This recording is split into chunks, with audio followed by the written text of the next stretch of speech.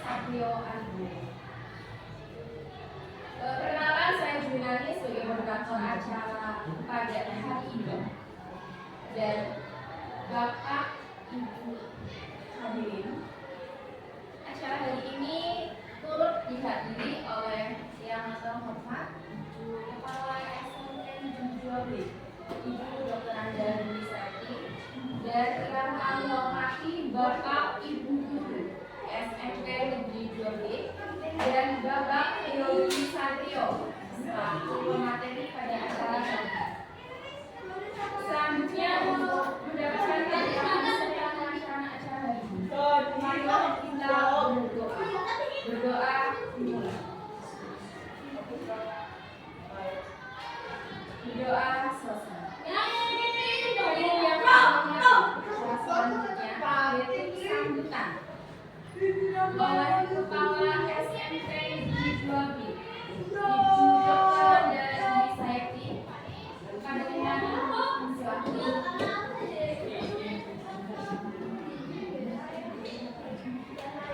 Assalamualaikum warahmatullahi wabarakatuh. Waalaikumsalam warahmatullahi wabarakatuh. Selamat siang,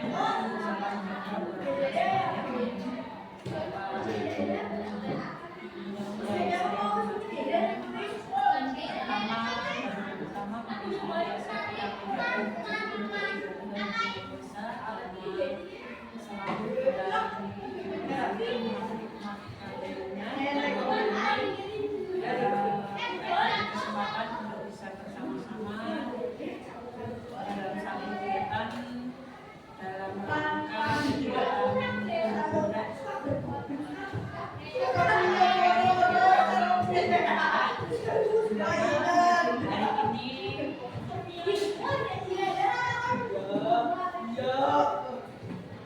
hari ini kita akan bersama-sama menyaksikan kegiatan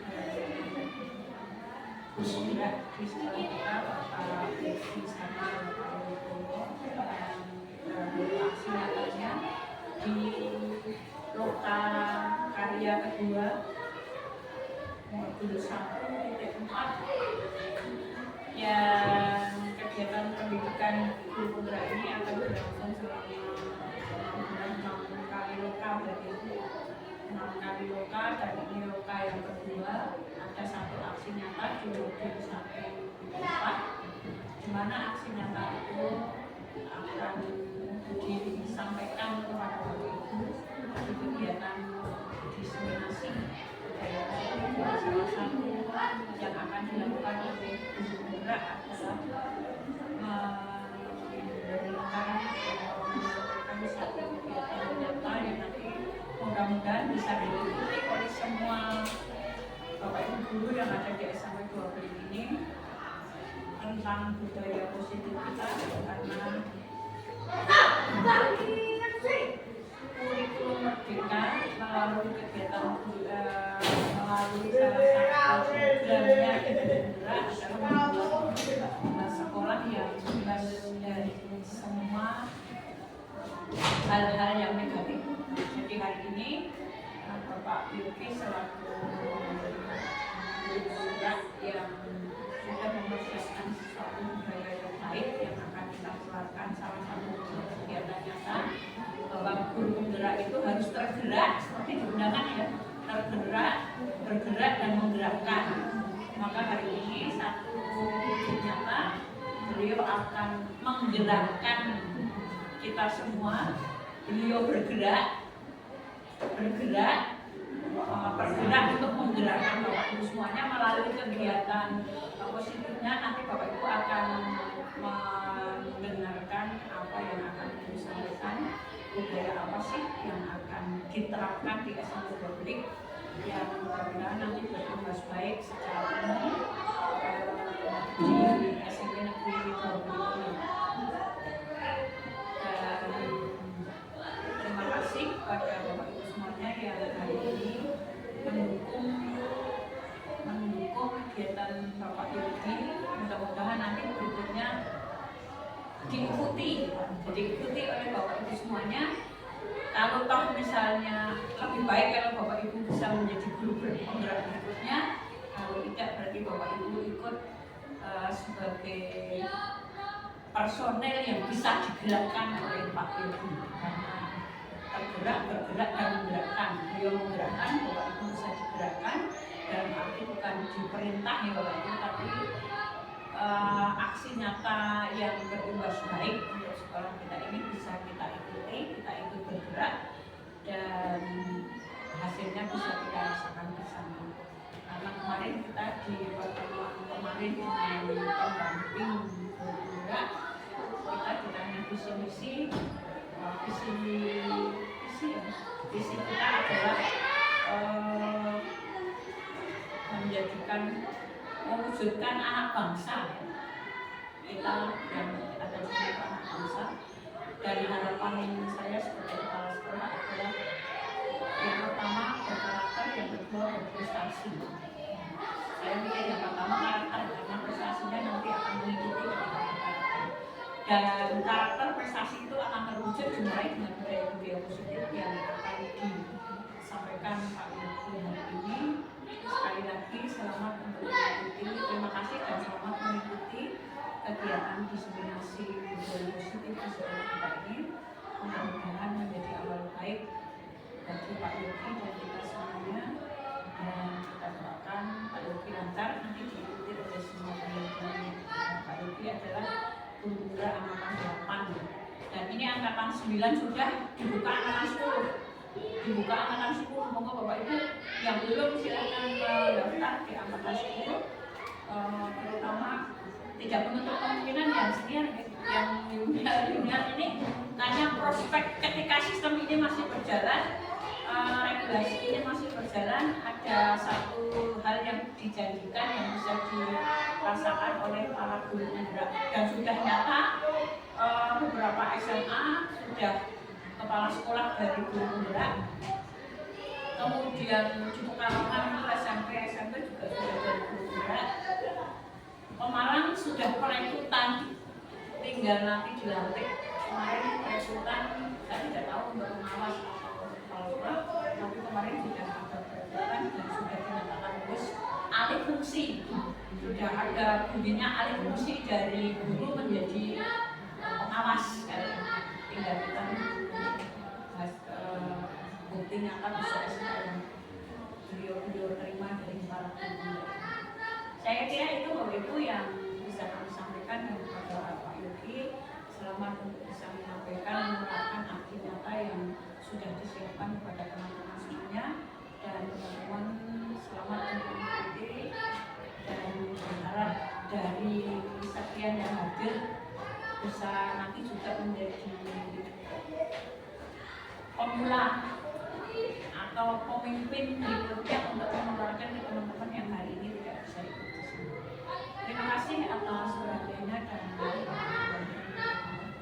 Assalamualaikum warahmatullahi wabarakatuh. Waalaikumsalam warahmatullahi Warga wabarakatuh. yang biasa, karena atas rahmat dan hidayahnya kita dapat kumpul, saya dapat merepoti Bapak Ibu bersedia direpoti untuk mengikuti diseminasi budaya positif yang merupakan salah satu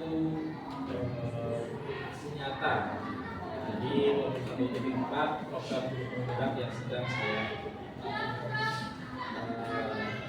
Langsung saja, Bapak Ibu. Di sini saya bukan untuk menggurui atau bagaimana, cuma sekedar cari pengalaman, karena tujuan diseminasi ini untuk memaparkan dan memaparkan materi-materi yang saya dapatkan di program guru penggerak, mulai dari modul 1 sampai yang sekarang itu dari modul ini yang terakhir modul 1.4, sekarang masuk modul 2.1, itu ada 10 modul totalnya. Itu sekedar memberikan apa ya, dan menggurui dan memberikan sharing untuk budaya positif.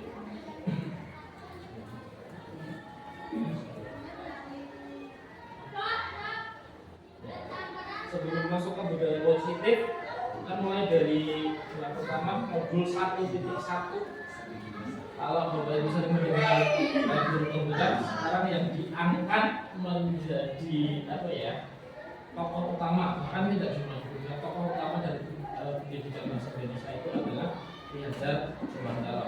Ki Hajar Dewantara memiliki filosofi itu yang sangat terkenal. Inarto Sembrodo, Imam Durman Karso, Tuturi, dan Dayani. Ini kebetulan di sini ada angkatan Pak Supriyadi, angkatan Ki Hajar Dewantara, jadi sangat hafal ya Pak ya.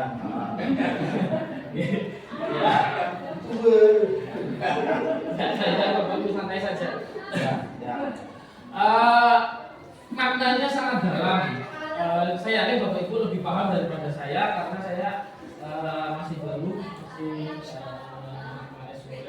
Yesus Sembrodo artinya kalau setahu saya yang di depan memberikan teladan, Imam Durman Karso yang di tengah memberikan ide dan gagasan, memberikan ide dan gagasan, sedang yang di belakang itu yang ini memberikan dorongan dan semangat. Itu filosofi pendidikan dari Ki Hajar Dewantara yang sangat terkenal. Terus ada juga beberapa konsep pendidikan dari KHD atau Ki Hajar Dewantara. Pertama yang sangat menarik ada 3 yang saya ambil. Yang pertama adalah KHD mengartikan pendidikan sebagai tempat untuk melestarikan benih-benih kebudayaan di masyarakat. Artinya bahwa apa yang kita tanamkan kepada anak itu yang nantinya akan menjadi kebudayaan di masyarakat.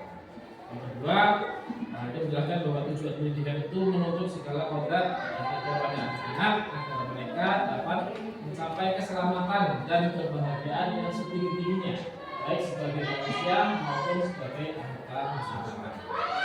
Jadi tujuan itu menuntun. Kalau BK mungkin sangat familiar dengan teori tabula rasa yang mana menyebutkan bahwa anak itu adalah sebuah kertas putih yang bisa dicoret-coret, dilukis, digambar, ditulis macam-macam oleh gurunya. Tapi berbeda dengan hal tersebut, Ki Hajar Dewantara mengartikan anak melihat anak sudah mempunyai kodratnya sendiri. Artinya anak mempunyai kodrat yang masih berupa garis tipis dan tugas kita sebagai guru untuk menuntun anak mengembangkan garis-garis tersebut. Dan yang ketiga tentang tempat pendidikan yaitu sekolah. Sekolah merupakan taman yang menyenangkan atau taman bermain. Jadi ini konsep pendidikan seperti sebuah taman. Pendidikan harus menyenangkan dan belajar adalah sebuah proses kegembiraan. Hanya kalau Bapak Ibu di Yogyakarta sekolahnya KHD Ki Hajar Dewantara itu namanya Taman Siswa. Karena beliau itu menganggap bahwa sekolah itu adalah itu jelas tentang filosofi KHD. Selanjutnya nilai dari guru penggerak program yang sedang saya ikuti sekarang itu ingin menegakkan nilai-nilai dari guru penggerak. Yang pertama berpihak kepada peserta didik, artinya sekolah guru harus bisa memberikan atau merancang pembelajarannya yang berpihak kepada peserta didik. Yang kedua mandiri, seorang guru penggerak harus bisa mengembangkan dirinya sendiri, mengembangkan kompetensi baik kompetensi profesional, politik maupun sosialnya. Yang ketiga reflektif, artinya seorang guru penggerak harus bisa menilai dirinya sendiri, menilai kelebihan dan kekurangannya sendiri. Yang selanjutnya ada kolaboratif, yang mampu bekerjasama dengan guru yang lain, dan yang inovatif bisa memunculkan ide-ide atau gagasan baru untuk menunjang pembelajarannya. Dengan perannya dari guru penggerak yang pertama menjadi pemimpin pembelajaran, yang kedua menggerakkan komunitas praktisi baik dalam sekolah, mungkin ada yang mapel di lingkungan di luar sekolah, misalnya DP kabupaten atau apa namanya sub, juga menjadi coach bagi guru lain yang bisa memberikan masukan, saran. Coach itu kalau menjadi artinya pelatih, bisa menjadi pelatih bagi guru lain, saling melatih. Yang keempat menjalin kolaborasi antara guru dan yang terakhir mewujudkan kepemimpinan murid. Nah, yang terakhir ini mewujudkan kepemimpinan murid agar murid dapat bertanggung jawab terhadap proses pendidikannya sendiri. seperti yang disampaikan tadi Bu Didi, kepala sekolah, bahwa setiap sekolah ada visinya dan setiap guru juga harus mempunyai visi sendiri.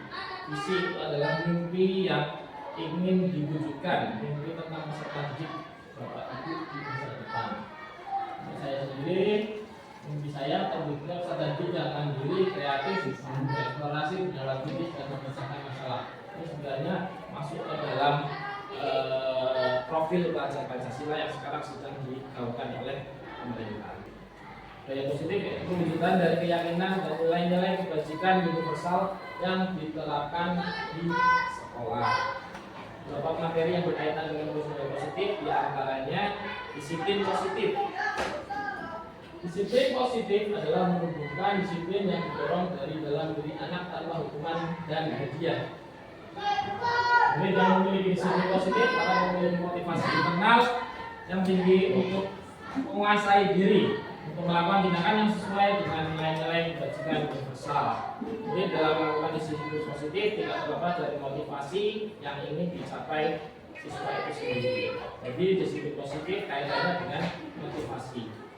Sedangkan motivasi, teori motivasi itu ada 3 menurut Brian Dosen dalam bukunya Restructuring School Discipline.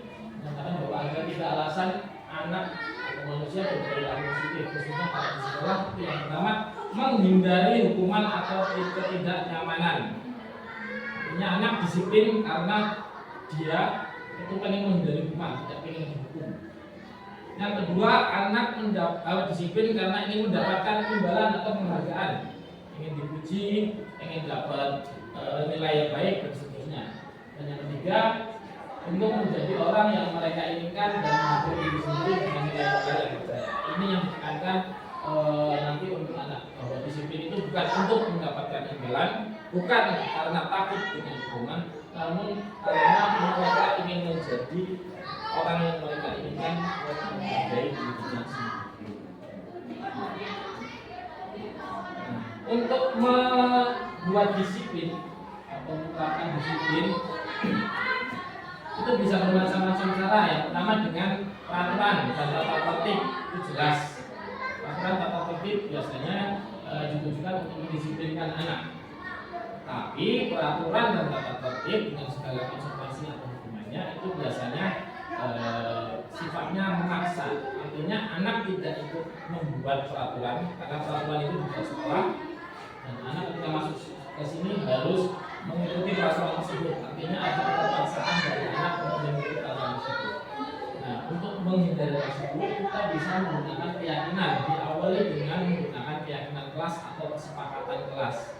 Nah, ini sudah saya contohkan di beberapa kelas yang saya ajar. Kita membuat kesepakatan keyakinan kelas.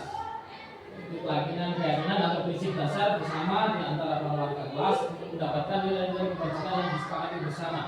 Suatu keyakinan akan lebih memotivasi seorang dari dalam atau memotivasi secara intrinsik. Seseorang akan lebih bergerak dan bersemangat untuk menjalankan keyakinannya. Artinya karena kesepakatan dibuat oleh anak sendiri bersama muridnya, mereka lebih mau untuk mentaatinya, menjalankannya, dengan peraturan dari sekolah yang sudah berlaku dan mereka harus mentaati peraturan tersebut. Kebutuhan dasar manusia ada kebutuhan untuk bertahan hidup, cinta, dan kasih sayang, kebebasan, kesenangan, dan kekuasaan. Setelah saja. Selanjutnya dalam mendisiplinkan siswa ada 5 posisi kontrol dari seorang guru yang bisa digunakan. Yang pertama itu adalah menghukum. Tapi sekarang kayaknya sudah tidak boleh deh Bapak Ibu ya. Kata hukuman itu sekarang menjadi kata yang sangat sensitif di pendidikan. Tidak ada hukuman. Kedua ada membuat orang merasa bersalah. Tiga teman, Pak Monitor, dan 5 manajer. Perbedaannya ada di sini. Penghukum biasanya bisa menggunakan hukuman fisik ataupun verbal. Biasanya kalau dulu bukan sekarang. Dulu anak terlambat push up 5 kali. Anak terlambat lari lapangan 10 kali. Dari upacara harus hormat bendera selama 3 jam misalnya. Ini dulu. Sekarang nggak ada. Itu undang-undang. Yang kedua, membuat orang merasa bersalah. Pada posisi ini biasanya dulu akan bersuara dengan lebih lembut, kayak suaranya begini.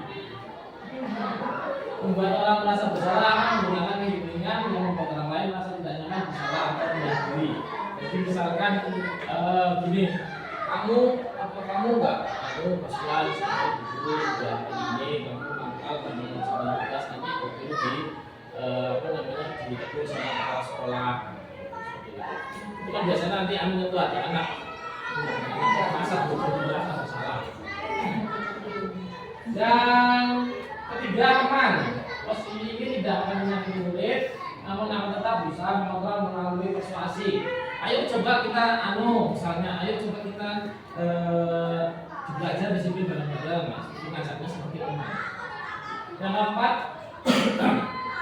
monitor atau pemantau. Memonitor berarti mengawasi. Pada saat kita mengawasi, kita bertanggung jawab atas perilaku orang yang kita awasi. Posisi pemantau berdasarkan peraturan dan konsekuensi. Biasanya ini yang sering diterapkan oleh guru BK. Kamu tahu kesalahan kamu apa? Nah, terus kamu gimana? Tahu konsekuensinya apa? Yang terakhir, manajer itu posisi mentor yang mana membuat bersama-sama dengan murid untuk merumuskan konsekuensi yang dimungkinkan untuk menemukan solusi atas permasalahannya. Jadi guru dan murid berembuk memformulasikan kalau kesalahan ini terus nanti konsekuensinya apa. Jadi mengajak siswa untuk menemukan solusinya. Prosesnya bisa melalui restitusi. Restitusi adalah proses menciptakan kondisi bagi murid untuk memperbaiki kesalahan mereka sehingga mereka bisa kembali melakukannya. Melalui restitusi, memungkinkan murid untuk membuat evaluasi internal tentang apa yang mereka lakukan untuk memperbaiki kesalahan dan mendapatkan di studi restitusi. Yang ketiga ada 3 sisi. Yang pertama, validasi tindakan salah. Yang kedua, menstabilkan identitas. Yang ketiga, menanyakan keyakinan. Jadi kalau dalam menghadapi siswa, misal validasi tindakan salah, kenapa siswa melakukan kesalahan tersebut?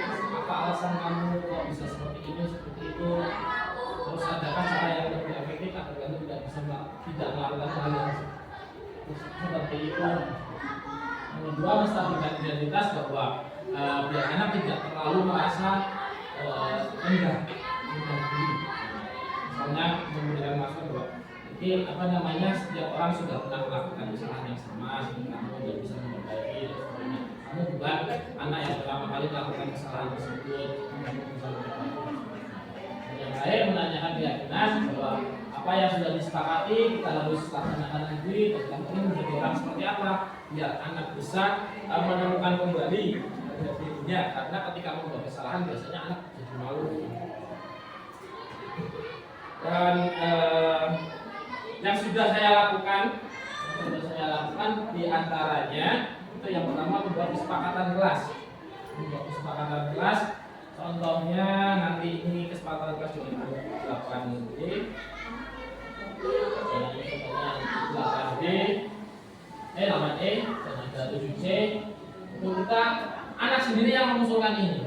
Anak sendiri datang ke Pak. Kesepakatan kelas tidak menggunakan kalimat atau kata yang negatif, misalnya tidak boleh, dilarang, terus jangan, itu tidak menggunakan kalimat seperti itu. Tapi misalnya tidak boleh terlambat, berarti dengan kalimat yang lebih positif, datang tepat waktu. Terus misalnya tidak boleh membuang sampah, itu bisa juga dengan menjaga kebersihan kelas. Barangkali nanti Bapak Ibu ada yang tidak sebagai wali kelas, jadi membuat kesepakatan kelas, membuat dirumuskan sama anak-anak, nanti tak buatkan desainnya, tak cepatkan. Kemarin Bumi sudah pesen, seperti itu, tapi kesepakatannya belum dibuat. Berapapun monggo. Tapi saya berikan desainnya.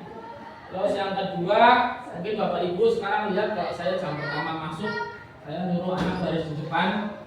Ya, kalau mulai kemarin itu itu sementara kemarin masih ada yang moto karena memang buat dokumentasi. Tapi saya usahakan saya konsisten ketika jam pertama saya ada jam pertama saya usaha. Jam pertama masuk karena saling jam terakhir kosong. Usahakan konsisten untuk melakukan hal ini karena kemarin ketika pendampingan individu yang ketiga, yang kedua itu sebenarnya katanya sudah pernah dilaksanakan di sekolah ini. Pak Jamal atau siapa ya? Nah, oke. Dan setelah itu ternyata karena COVID, karena apa itu hilang. Padahal itu saya rasa dan saya yakin ini kebiasaan yang sangat baik, budaya yang sangat baik. Bahkan anak SD pun sampai sekarang masih seperti itu. Nah, saya ingin memulai kebiasaan budaya baik ini kembali, mulai dari kelas saya sendiri, mulai dari diri saya sendiri. Barangkali Bapak Ibu mau mengikuti dan mengikuti saya juga saya melaksanakan hal tersebut ya alhamdulillah. Itu kemarin pesannya Bu juga seperti itu. Kalau misalnya memang itu budaya yang bagus, kenapa tidak sekalian dilaksanakan semua? Jadi malah pesannya Bu, jadi malah saya enak kalau satu ini kelihatan mana yang budaya. Kalau dari sudut pandang kepala sekolah mungkin seperti itu. Ada amanah seperti itu. Tapi memang sebenarnya ini budaya yang sangat positif, budaya yang sangat Indonesia sekali. Mungkin di luar negeri pasti tidak ada seperti ini. Budaya itu ada dan saya ingin memulainya dari kelas saya sendiri. Jadi satu kali ini baru 2 yang saya laksanakan. Saya lakukan yang pertama kesepakatan kelas bisa melaksanakan nilai-nilai kebajikan yang mereka yakini. Yang kedua, membuat kebiasaan baik baru, menunjukkan kembali kebiasaan saling di depan. Karena sekarang itu tidak cukup 3S, katanya bukan sebelum sekolah S, sebelum salam sapa itu Pertamina, tapi untuk sekolah sekarang senyum, salam, sapa, sopan, santun, saling. Nah,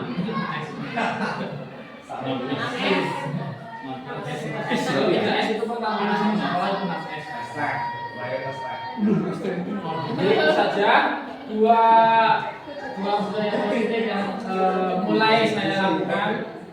Semoga memang itu merupakan hal yang positif dan bisa membawa kebaikan khususnya untuk diri saya sendiri, saya dan untuk sekolah juga. Terima kasih Bapak Ibu. Sekarang saya berikan ke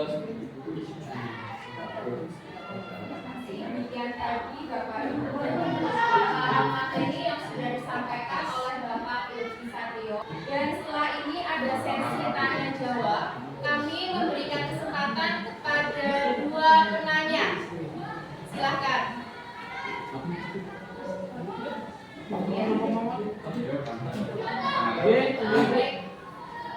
Terima kasih atas waktunya.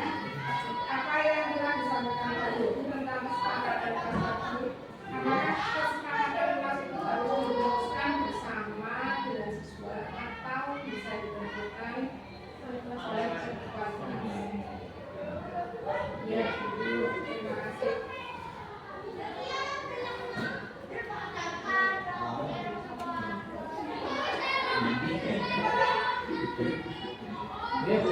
Ya, masih seputar kesepakatan kelas. Kalau tadi kan dengan hanya wali kelas dan kelasnya, apakah bisa diterapkan untuk semua guru mapel? Bukan tapi guru mapel. Jadi kesepakatan antara guru mapel dengan siswa.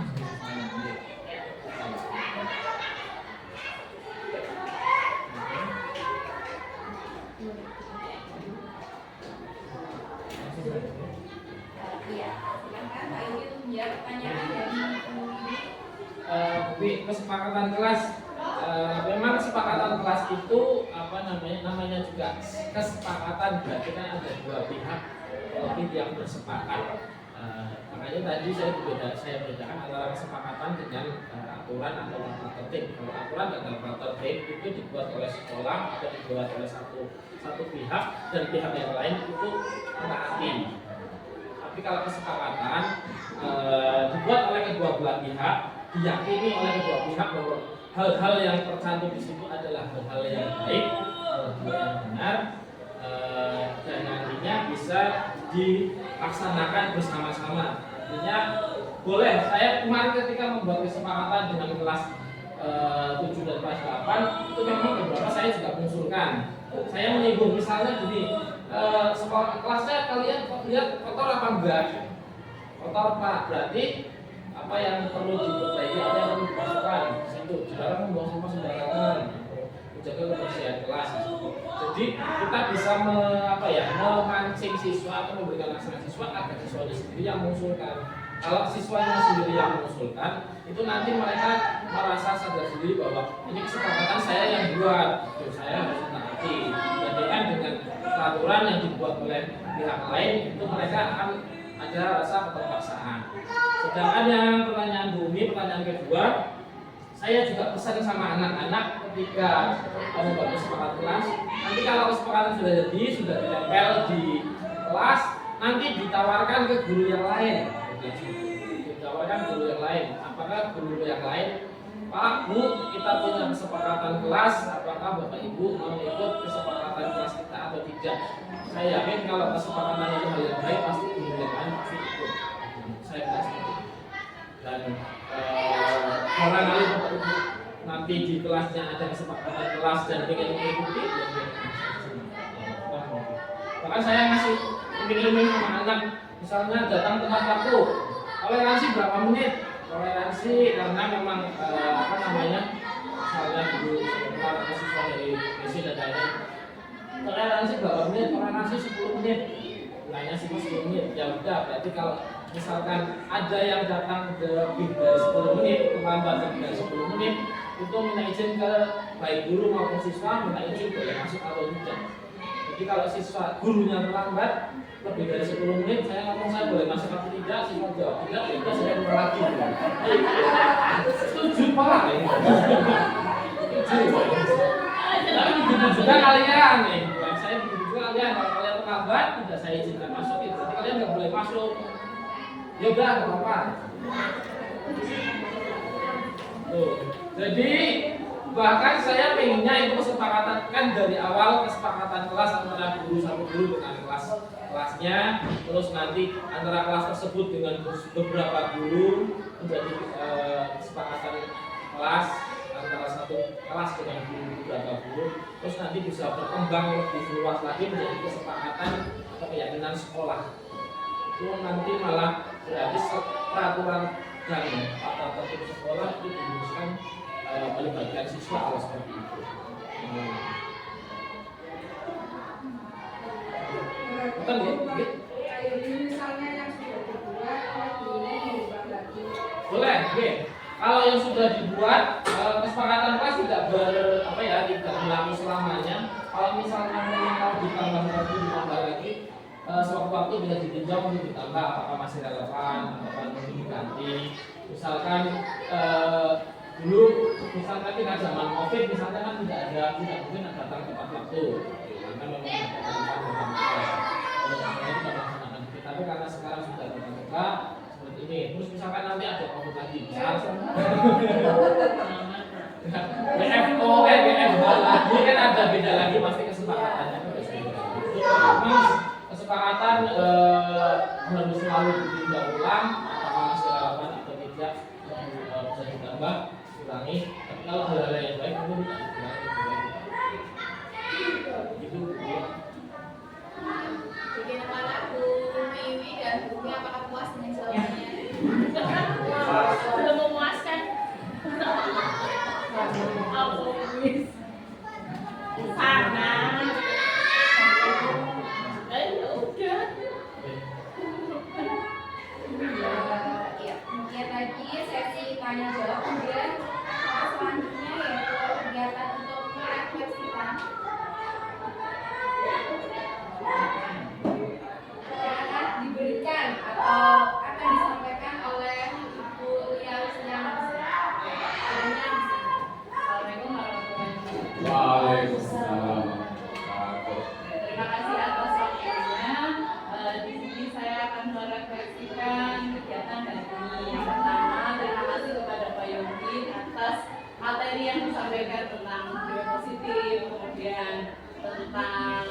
CGP, terutama bagi kita-kita yang belum pernah mengikuti CGP, dan terutama bagi saya yang belum memenuhi syarat untuk menjadi CGP.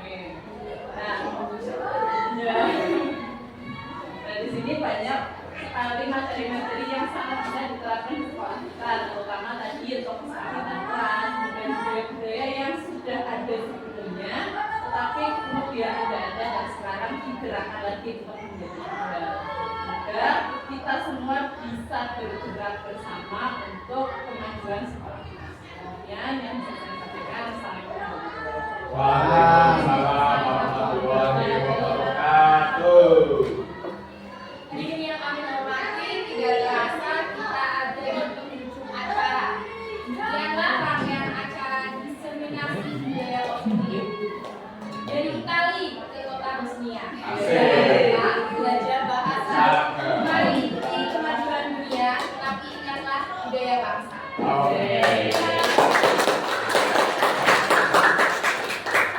kasih kepada pihak yang telah berpartisipasi untuk terselenggaranya acara hari ini. Saya Julinani mewakili pihak penyelenggara acara. Mohon maaf bila terdapat kekurangan dan kesalahan selama proses acara berlangsung.